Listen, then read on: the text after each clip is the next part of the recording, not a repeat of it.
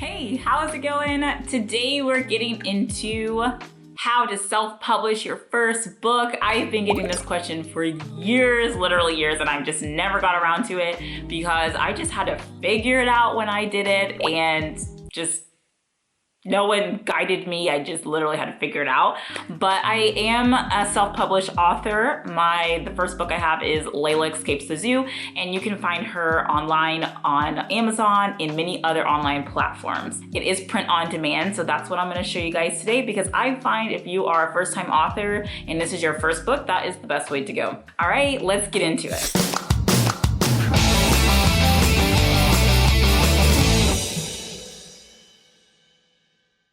Hello, my name is Theo, and if you've never seen me before, I talk about ways to make passive income, side hustles, work at home jobs, and other benefits to benefit your life financially. So today we're talking about a way to increase your passive income in your life, and that's by self-publishing a book or having some books online. So passive income is pretty much the work that you put in the beginning. After that is over, it just keeps making you checks even while you sleep, while you're traveling, while you're working a job, while you're doing anything else. You don't have to put in active hours every single month to continue making money. Since I made the book, Layla Escapes the Zoo, I haven't had to do anything else. I haven't really promoted it. I haven't really had to really do anything. I don't have to ship the books. I don't have to do anything. So that's what we're gonna get into. And then after this video, I'm gonna do another video on how to promote your book, because that is equally important after you make your book to promote it. So let's start with step number one. First, you have to decide if you're gonna self-publish or go with the publisher. There are a lot of benefits with going with the publisher. They already know exactly what they're doing. They already have outlets, they have strings, they have connections.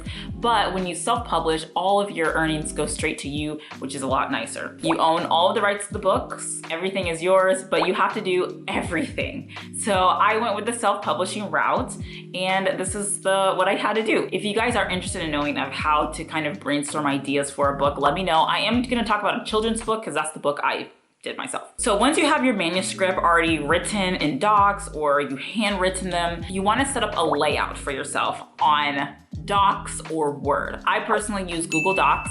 It's online, it's free, and it's easy because it's on the cloud. So you're gonna wanna format the page. Every book is gonna be different for you, but for my children's book, I left one page blank, and then I had a dedication page and a copyright page, and then I had a title page, and then my book started. So when you're formatting the book, you wanna make sure you have those pages set aside so you're not starting from the second you open the book starts. Every book is different, and since you are self-publishing, you can really do whatever you want. So you're gonna have to visualize how you want to see the book. Do you want to have a few pages that are blank? Do you wanna have a bunch of legal jargon on one of the pages? Do you wanna have a separate dedication page? Is this dedicated to a specific person? Are you just thanking your mom for life? Something like that. So you'll have to decide that and account for that. So once you have your general format, by the way, this is very unofficial format, but we'll get into that later. You're gonna wanna have somebody proofread and criticize your book. So this is something you can do for free to start off. You can get your friends and family to proofread it, just to make sure that the flow's well, the grammar, things like that. You're gonna wanna have them take out things, give criticism about it, and things like that. However, I do think this is worth paying somebody professionally to get done, because you're gonna have an unbiased opinion, and then they've also know how books are supposed to be laid out as far as ways a sentence is supposed to flow, how things would sound better, and then obviously they're gonna know if they're a children's book proofreader that you're using correct language for a child at that age group. So I actually had 2 proofreaders and an editor, and they were all professional. And then I also got my book criticized by somebody who has been criticizing books for years. So since my book was a vegan book, I didn't want it to come off like puking vegan, like, oh my God, this book is so vegan. I just wanted to have undertones of compassion and things like that, but not overtly vegan. So she criticized my book and told me what things were overtly vegan and I needed to take out because it's gonna rub people the wrong way, and things that were fine. So this was great because those are just things your family aren't gonna tell you because they like you and they love you and they just like anything you do. They're just excited for you. If you pay somebody, they're not excited for you, they don't care. And that's almost better because they're gonna be honest with you about what sucks about your book and what you should take out. So your editing process should take, I would say, should be the longest part. You should edit, and edit again, because every time you re-edit your book, you're gonna see more mistakes and things you wanna take out, things you wanna switch. So take all the time you need to edit your book. Make sure this process is slow. You wanna make sure you're giving out a good product rather than a rushed product. If you decide to take the free route and edit it on your own because you're an English major or you're really good with English, you can use a simple tool like Grammarly. That's really good, but I personally like a Chrome extension called Language Tool. So now you're gonna officially format the book properly. So lay out the words, how they're gonna be on the book itself.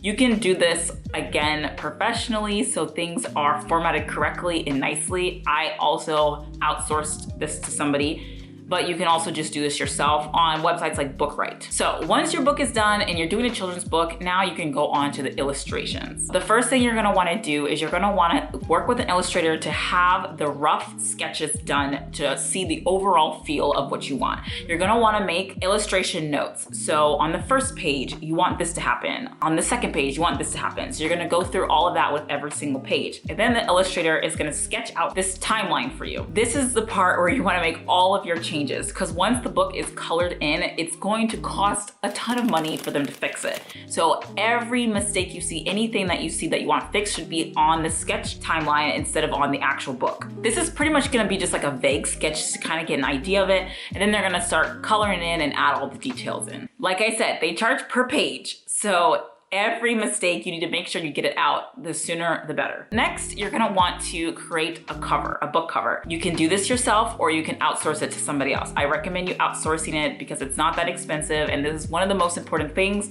of your book because it's the first thing people say. And even though they say, don't judge a book by its cover, people do. If you're doing a children's book, you want it to be super inviting and colorful and exciting so the kids want to take it and they want to read it. The woman that illustrated my book, she also did the cover and the back. The back, we know, is kind of a story about a summary of the book. So you also want to make sure that's all aligned too. So think about how you want to convey the summary. You want to make sure it's exciting. You want to make sure it really brings the reader in. I'm going to read to you now the back of my book just to kind of get an idea. A courageous, slow Loris was born with adventure in her bones. With her head in the clouds, she dreams of big dreams.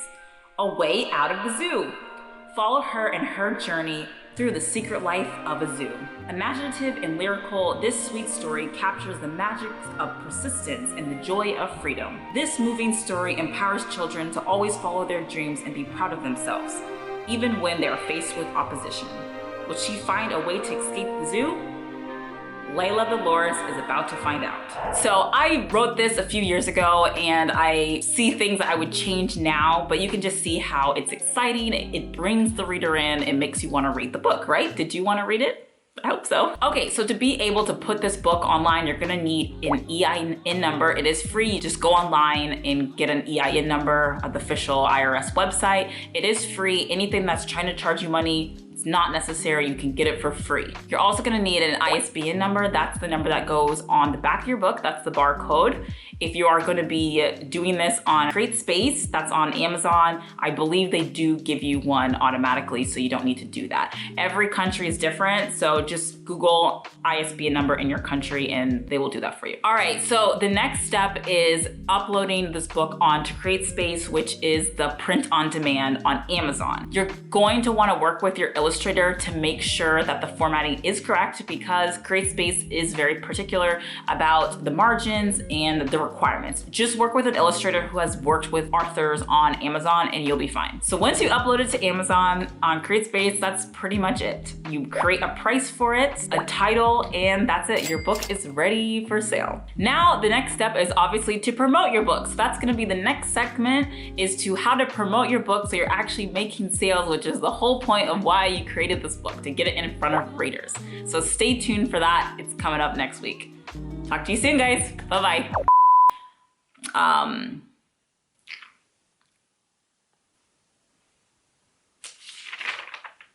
think that's it.